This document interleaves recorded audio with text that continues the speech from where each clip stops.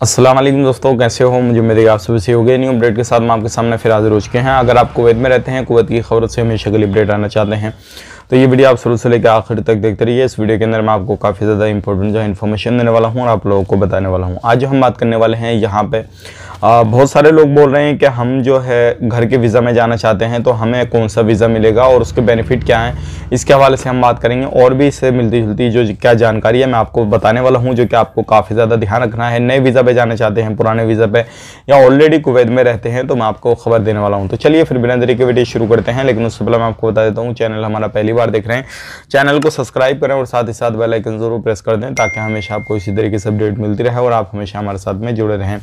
तो सबसे पहले हम आपको बता देते हैं, अगर आप किसी भी तरीके से कुवैत के अंदर एंट्री करना चाहते हैं तो आपके लिए काफ़ी ज़्यादा बेहतर है जो आप घर में किसी भी तरीके से, चाहे मजरा हो, घर हो, या फिर किसी का जो है हाउस वगैरह हो, यानी कि जो गेस्ट हाउस वगैरह रहते हैं बड़े बड़े, जो क्या लोग कभी कभी उसमें आते हैं कफिल लोग, या वो हो, या किसी भी तरीके से आप फैमिली ड्राइवर का काम करना चाहते हैं किसी के घर पे जाके, तो आपके लिए जो सबसे अच्छा रहेगा, ज़्यादातर जो इन कंडीशन में निकलता है वो 20 नंबर वीज़ा निकलता है।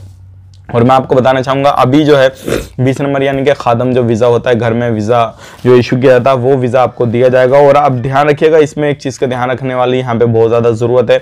अगर आप किसी भी तरीके से इसमें अभी जो है हाल ही में सबसे अच्छी चीज़ ये है, अगर आप जाएंगे तो कुवैत में लाइसेंस की काफ़ी ज़्यादा परेशानी आ रही है।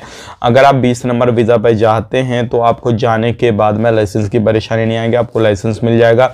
और दूसरी बात ये है, अगर आप खादम के घर में किसी भी तरीके से जाते हैं तो आपको परेशानी भी कोई नहीं आएगी, क्योंकि अभी काफ़ी ज़्यादा लोगों की कमी है, तो कमी को देखते हुए कोई भी बंदा परेशान नहीं करेगा। लेकिन अगर आप कहीं पर भी दूसरी जगह पे काम करते हुए पाए गए और आपका वीज़ा दूसरे काम का तो आपको काफ़ी ज़्यादा बड़ी परेशानी आएगी। इस चीज़ का आपको ध्यान रखने की ज़रूरत है।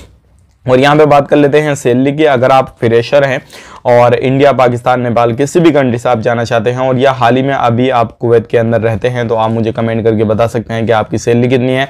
अगर आप घर में काम करते हैं, चाहे वो घर फैमिली में किसी भी कोई भी काम करते हैं वो A to Z, तो मैं आपको बताऊँ आपकी सैलरी, अगर फ्रेशर जाना चाहते हैं तो आपकी सैलरी कितनी लग जाएगी। अगर आप जाना चाहते हैं तो आपकी जो सैलरी है वो 100 KD से, यानी कि 100 KD से 100 KD से ज़्यादा नहीं लगने वाली है। बहुत कम कंडीशन में आपकी 110-100 KD लगेगी, वरना 80-90 ही KD आपकी सैलरी लगेगी। ये इस चीज़ का ध्यान रखिएगा जो दीनार है। और जो भी बंदा आपको यहाँ पे 150, 200, 175, 180 इतनी सैलरी का डिमांड बताता है किसी भी तरीके से, और आपको कहता है कि मैं आपको इतनी सैलरी दिलवा दूंगा, ये कर दूंगा, वो कर दूंगा, तो समझ लेना आपके साथ में धोखा होने वाला है।